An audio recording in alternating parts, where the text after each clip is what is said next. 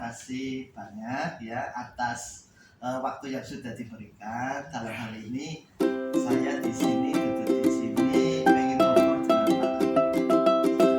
Tujuannya yaitu ini saya sedang mengikuti kuliah. Nah kebetulan di sini pada modul 3.1 itu ada tugas yang berkaitan dengan pengambilan keputusan yang dilema etika. Nah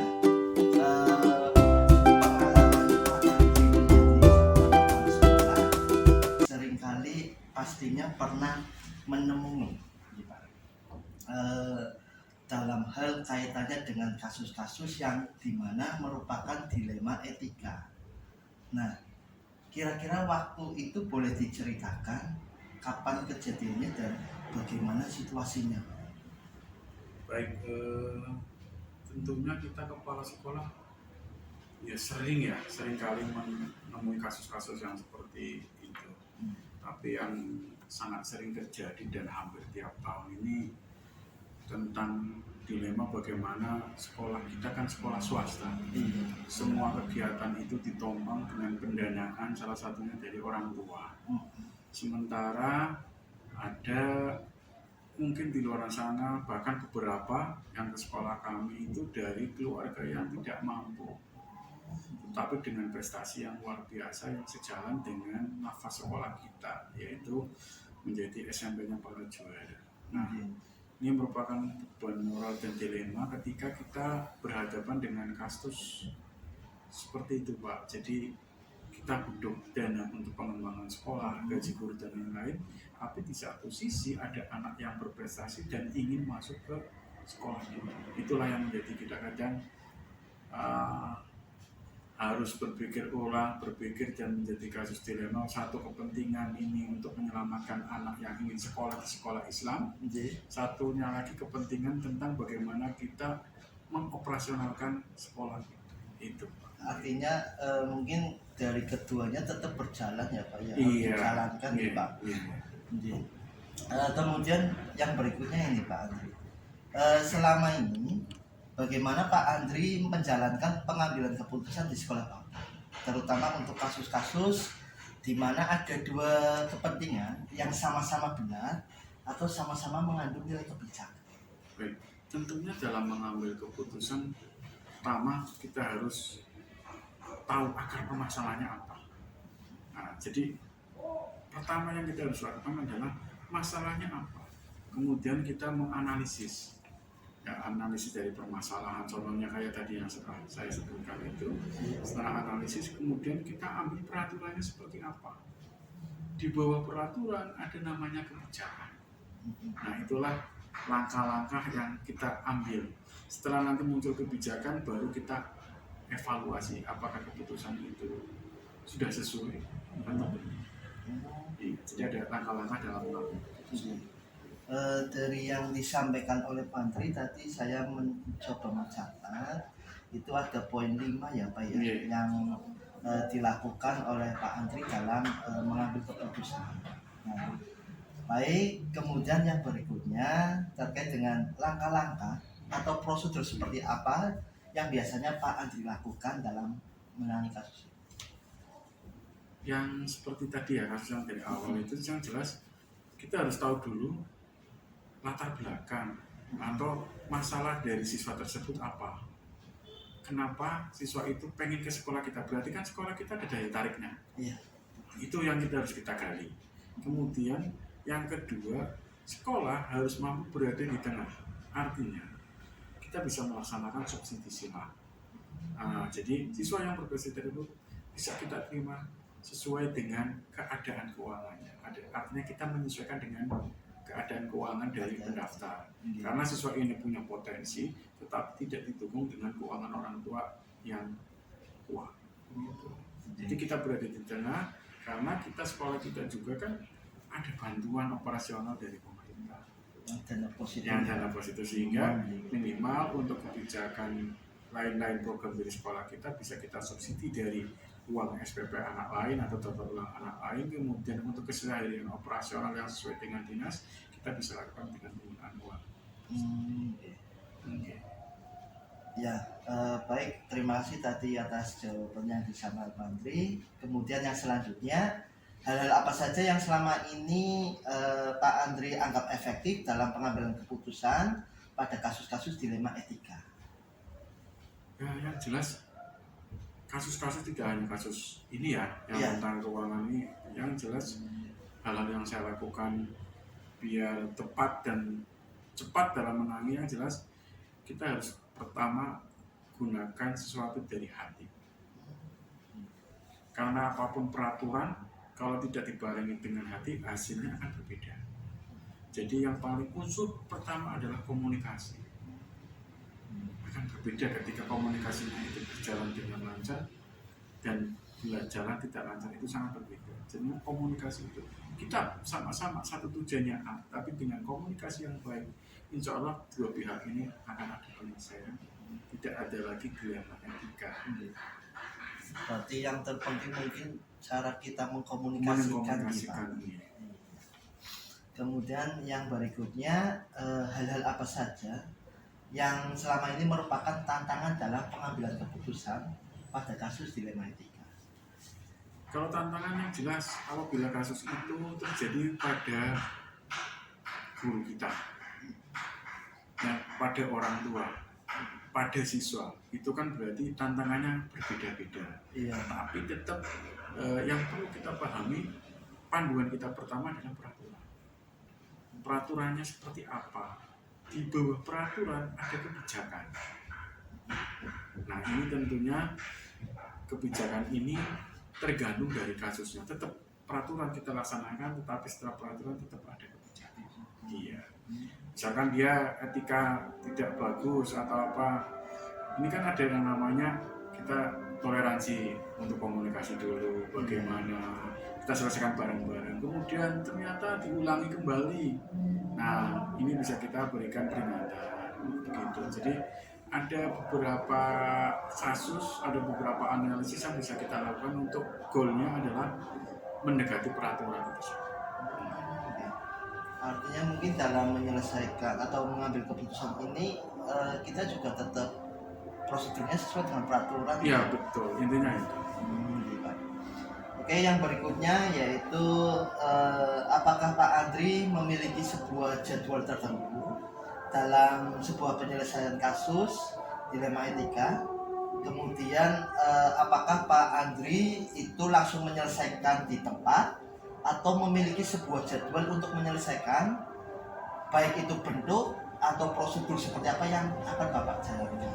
Baik, kalau dilema etika ini kan berarti sebuah kasus yang besar ya. Iya, betul. Tentunya yang namanya dilema etika itu butuh waktu penyelesaian dan harus ada masukan-masukan terutama dari guru. Barangkali ini ada kasus yang besar, jadi kita selesaikan itu berarti stepnya kita laksanakan. Tidak serta-merta kasus dilema itu harus selesai hari itu. Jadi butuh waktu. Apakah ini memang terkait langsung atau memang ekses atau sebut dari kasus-kasus sebelumnya. Jadi ada istilah analisis, kemudian ada waktu tertentu untuk menyelesaikan. Jadi tergantung berat kecilnya kasus. Tapi kalau lihatnya adalah dilema, pasti itu butuh sesuatu yang besar. Artinya mungkin dalam hal ini ketika menyelesaikan dilema etika ini, paling tidak dari Pak Andri itu menganalisis dulu kasusnya ya. Soalnya kan yang tadi disampaikan Pak Andri betul sekali, di mana dalam dilema etika kita menghadapi yang namanya kebingungan Pak, dalam hal keputusan. Makanya untuk itu kita butuh waktu yang untuk berpikir dan kemudian kita akan menganalisis. Betul. Ya, kemudian yang berikutnya, adakah seseorang atau faktor-faktor yang selama ini mempermudah atau membantu Pak Andri dalam pengambilan keputusan? Baik, yang namanya kepala sekolah itu kan kepemimpinan. Ya, kepemimpinan berarti adalah di situ ada sistem. Nah, di dalam sistem itu kan pasti ada tim yang berbuat untuk sistem tersebut. Sehingga otomatis walaupun kepala sekolah diberikan kewenangan untuk memutuskan, Tapi keputusan itu harus berdasarkan aturan, kemudian keputusan itu juga harus menimbang mengingat masukan-masukan dari teman-teman, dari jajaran. Iya. Mungkin dari para jajaran wakil kepala sekolah gitu. Kepala sekolah, bahkan memang kalau diperlukan informasi tentang etika dengan staf administrasi atau bisa juga dengan staf rumah tangga atau apapun juga kita akan laksanakan. Jadi dalam kasus dilema etika itu banyak faktor dan semuanya bisa untuk memberikan pendapat ke kepala sekolah. Walaupun kepala sekolah itu nanti goalnya ada di kepala sekolah untuk menentukan tujuan. Keputusan itu kembali lagi sama para Kepala sekolah. sekolah. Tapi tetap mendengar masukan-masukan. Kemudian baik, ini di sesi yang terakhir Bapak, dari semua hal yang telah disampaikan oleh Pak Andri, pembelajaran apa yang dapat Bapak petik dari pengalaman Bapak mengambil keputusan dilema etika? Yang jelas pembelajaran untuk etika itu sesuatu yang luar biasa ya, karena menyangkut dengan etika. Yang jelas yang pertama bahwa perlu kita sadari ketika kita berbuat sesuatu pasti ada konsekuensi yang kita terima. Gitu. Jadi kalau misalkan melanggar etika, kemudian melanggar aturan, sudah tahu bahwa konsekuensi itu pasti ada. Jadi apapun itu pegangan kita adalah tetap aturan atau konsekuensi logis dari sebuah perbuatan. Secara umum itu, kalau menyangkut dengan keuangan dan lain sebagainya, itu munculnya adalah kebijakan yang ada.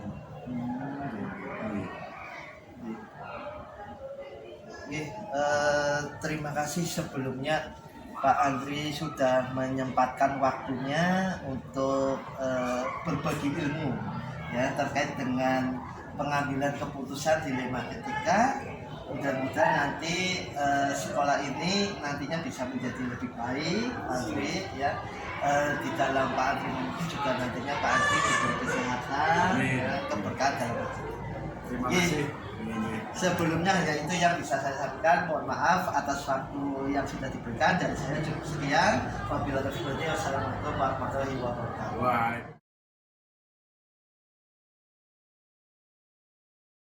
Warahmatullahi wabarakatuh. Waalaikumsalam warahmatullahi wabarakatuh. Gimana kabarnya Pak? Alhamdulillah, panggil telepon Pak Mas. Sehat. Ya, alhamdulillah. Pak Mas sudah sehat nggih? Alhamdulillah sehat Pak. Sebelumnya saya terima kasih banyak Pak Ulin sudah menyediakan waktu untuk saya berkunjung ke sekolah SMA Ihsaniyah ini. Ini kebetulan saya berkunjung ke sini tujuan yang pertama yaitu silaturahmi. Kemudian yang kedua itu saya ada tugas terkait dengan pendidikan guru penggerak yang sedang saya ikuti. Kebetulan ini sudah sampai di modul 3.1 di mana dalam modul ini itu ada materi yaitu pengambilan keputusan dilema etika. Nah, mungkin nanti saya minta waktu antara 10 sampai 15 menit untuk berbagi pengalaman tentang Pak Ulin selaku Kepala SMA Ihsaniyah. Oke. Pertanyaan yang pertama, selama menjadi kepala sekolah, Pak Ulin pernah dihadapkan dengan situasi dalam mengidentifikasi kasus-kasus yang merupakan dilema etika. Boleh diceritakan waktu itu kapan, kemudian bagaimana situasinya? Oke. Baik. Bismillahirrahmanirrahim. Untuk pertanyaan dari panjenengan terkait dengan kasus dilema etika ya. Iya, betul. Mana satu sama lain berposisi atau berstatus bahwa misalkan saya anggap AB ya, pihak A itu memiliki sebuah status atau keputusan yang betul, yang B juga betul. Sebagai salah satu contohnya adalah pada saat PPDB biasanya Pak, penerimaan peserta didik baru, di mana kami sekolah juga melakukan perekrutan siswa baru dan dari yayasan juga punya target ya, punya target bahwa sekolah harus bisa memberikan pelayanan kepada calon peserta didik baru atau peserta didik yang sedang belajar di SMA Ihsaniyah. Nanti antaranya adalah bahwa yayasan punya target juga dari segi keuangan. Nah, di mana memang yang namanya peserta didik baru kan mestinya ada tanggung jawab ya, ada kewajiban harus membayar. Nah, kami pun juga memiliki ukuran-ukuran nominal yang kami berikan kepada calon peserta didik baru. Nominal yang harus dibayarkan, yang ditunaikan sebagai kewajiban sebagai peserta didik baru pada sekolah. Nah, dilemanya adalah manakala kami menghadapi calon peserta didik baru atau mungkin peserta didik lama juga ada. Nah, ketika karena perekonomian kan ada yang fluktuatif ya Pak. Wali murid itu kan ada yang mungkin yang gagal, pas lagi ramai laris ya rezekinya akeh. Itu pas lagi sepi ya rezekinya sedikit. Nah, itu pada kasus peserta didik baru ini kan kami masih keputusan itu kadang juga apa namanya bertentangan, bisa dikatakan bertentangan dengan yayasan yang harus bahwa sekolah harus punya target di bidang keuangan finansial itu yang harus sesuai dengan perhitungan yang diberikan oleh yayasan. Artinya gampangnya cerita itu kalau logikanya kalau siswanya banyak kan berarti income dari keuangannya kan juga banyak. Misalnya seperti itu. Tapi ketika kami dihadapkan dengan masalah seperti itu, ya memang alhamdulillah yayasan perguruan Insania juga tidak terlalu apa ya kaku ya, tidak terlalu kaku ketika memberikan kebijakan di mana sekolah dihadapkan pada kondisi peserta didik baru dengan keadaan ekonomi orang tua yang mungkin lagi jatuh lagi kurang, sehingga kami berusaha juga istilahnya memberikan masukan kepada yayasan sehingga yayasan juga memberikan kelonggaran kepada kami. Silakan pada intinya selama sekolah masih sanggup untuk melaksanakan proses pendidikan sampai kemudian siswa itu mungkin lulus ya, selama itu pula ya silakan. Kebijakan selanjutnya adalah kebijakan kepala sekolah. Nah, saya selaku kepala sekolah itu mengambil kebijakan istilahnya mungkin semacam apa ya Pak itu yang subsidi silang. Ya, subsidi silang. Jadi ada siswa mampu ya yang orang tuanya juga sangat mampu, bukan cukup mampu lagi tapi sangat mampu. Nah, kami berusaha untuk bisa berbagi ya, untuk bisa berbagi dengan siswa-siswi yang keadaan ekonominya orang tuanya yang sedang kurang misalnya, apalagi untuk biaya pendidikan. Jadi langkah yang kami ambil seperti itu. Jadi istilahnya mungkin kalau bahasa yang kami tidak bisa dalam pembiayaan pendidikan itu bahasanya semacam beasiswa kurang mampu istilahnya seperti itu. Kemudian yang kedua ada keputusan yang kami ambil yang kedua adalah yang kami kaitkan dengan bantuan yang dari pemerintah. Ya, itu ada PIP, PSM, dan termasuk juga kami dibantu dengan BOS oleh pemerintah pusat maupun daerah. Terutama pemerintah pusat yang memang nominalnya di atas yang pemerintah daerah gitu. Kalau BOS reguler istilahnya kalau yang pusat, kalau yang pemerintah daerah itu namanya BUSDA, itu dari provinsi. Seperti itu Pak. Intinya pada dasarnya mungkin apa yang tadi disampaikan oleh Pak Ulin terkait dengan kasus yang penerima peserta didik baru ya, itu menjadi sebuah dilema ya Pak. Betul Pak Ulin sendiri. Betul. Karena di satu sisi kita sebagai para sekolah harus menghidupkan sekolah ini. Betul. Di satu sisi lain ada hak untuk anak untuk dapat memperoleh pendidikan. Jadi, kemudian yang berikutnya selama ini bagaimana Pak Ulin menjalankan pengambilan keputusan di sekolah Bapak, terutama untuk kasus-kasus di mana ada dua kepentingan yang sama-sama benar atau sama-sama mengandung nilai kebajikan. Gitu Pak. Baik, untuk pengambilan keputusan tentu saja saya tidak seorang diri. Artinya keputusan yang itu nanti jadi keputusan yang otoriter seperti itu. Jadi kami adakan rapat koordinasi baik dari elemen sekolah maupun elemen di luar sekolah. Contohnya kalau untuk unsur sekolah tentu saja dengan bendahara ya, bendahara, kemudian wakil kepala bagian kesiswaan, kemudian BK juga kami ikut sertakan. Kalau siswa itu adalah siswa yang aktif di kami, wali kelas juga kami ikut sertakan mengadakan rapat koordinasi pengambilan terkait keputusan tersebut. Dan pihak yang dari luar sekolah tentu saja orang tua yang bersangkutan, orang tua maupun calon orang tua wali murid, kemudian termasuk juga dengan yayasan. Jadi seperti itu. Jadi mungkin melibatkan dengan jajarannya ataupun warga sekolah yang ada di SMA Cangeng ini, termasuk juga meminta arahan dari yayasan. Oke. Kemudian yang berikutnya,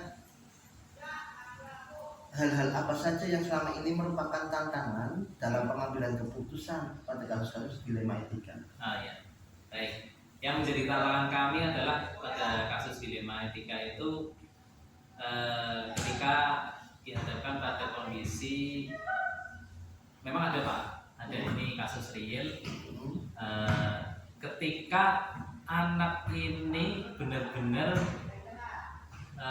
kondisi orang tua wali muridnya ini baik dari segi pembiayaan harian, bulanan apalagi harian itu kan menyangkut uang saku, transportasi. Kalau bulanan itu seperti SPP, kemudian mungkin untuk ya sarana prasarana aksesoris lah ya, kayak sepatu, buku dan lain sebagainya, itu kan ikutnya bulanan atau semester gitu. Nah, yang menjadi tantangan kami adalah ketika untuk biaya hariannya. Kami dihadapkan pada satu keputusan ketika untuk biaya harian itu sudah benar-benar dalam tanda kutip orang tua itu sudah tidak mampu. Nah, ini kami juga tidak bisa tidak bisa memberikan kerjasama atau keputusan yang kemudian siswa itu berada di sekolah kami. Karena kalau menyangkut biaya harian itu kan ya kadang lumayan juga ya. Terus kemudian jaminan kami juga kadang-kadang walaupun orang membantu tidak boleh seperti itu ya Pak. Iya, Pak gitu kan.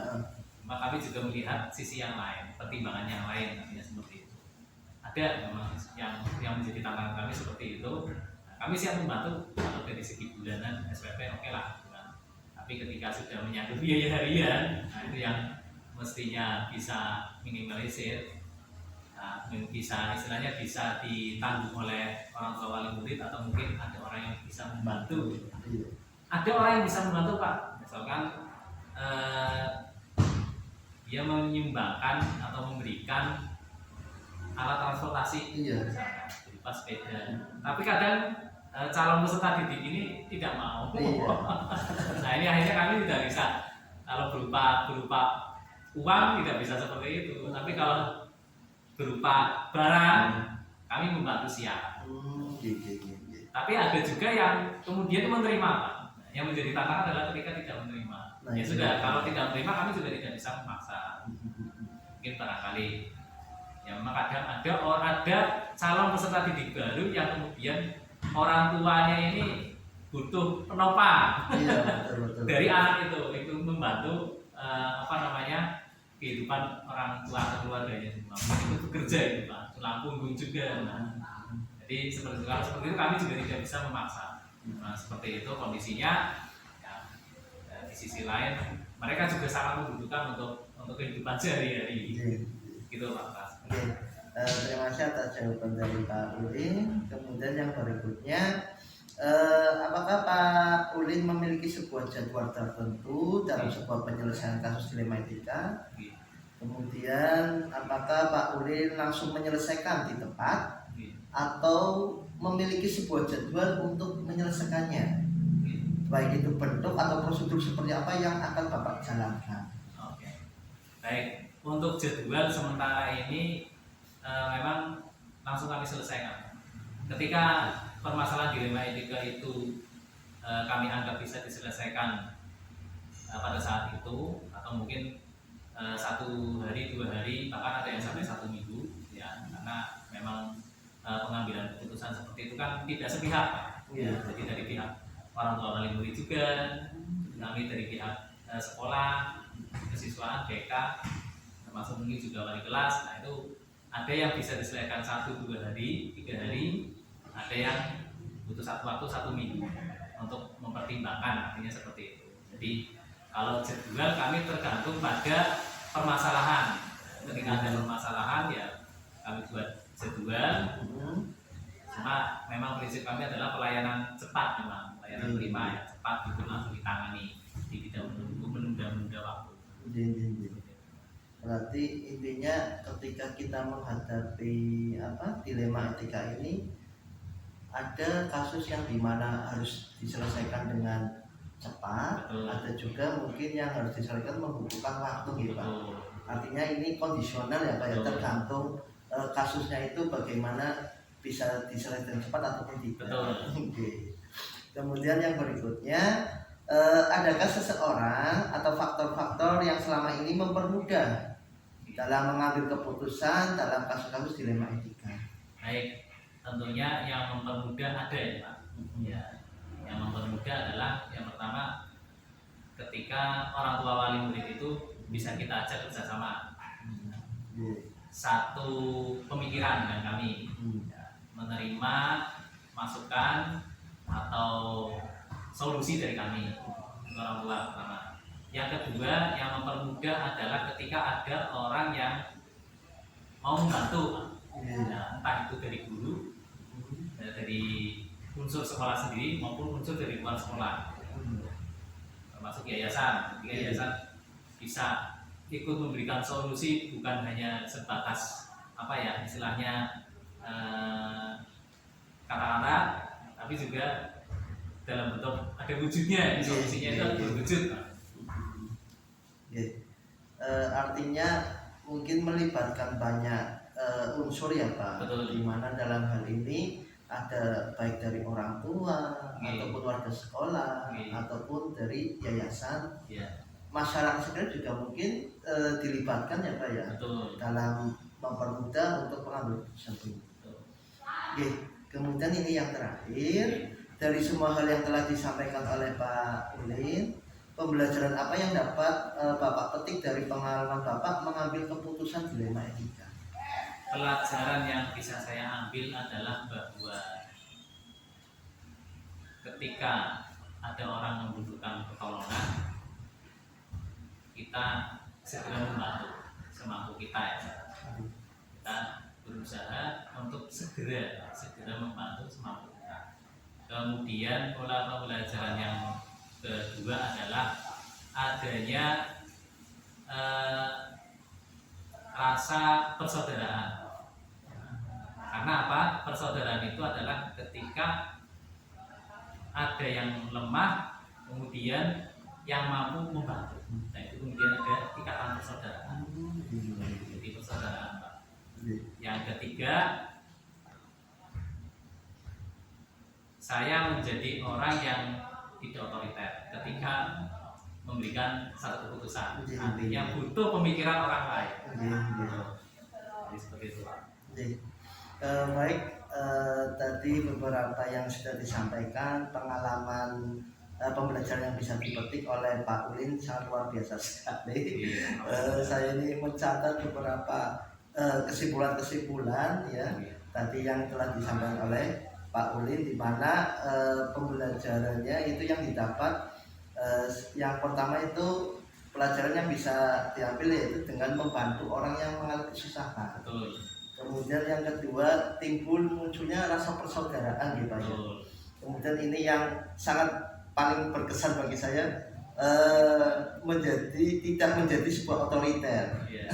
Dengan adanya mungkin pertimbangan dari teman-teman atau apa. Jadi kita sebagai pemimpin bukan pemilih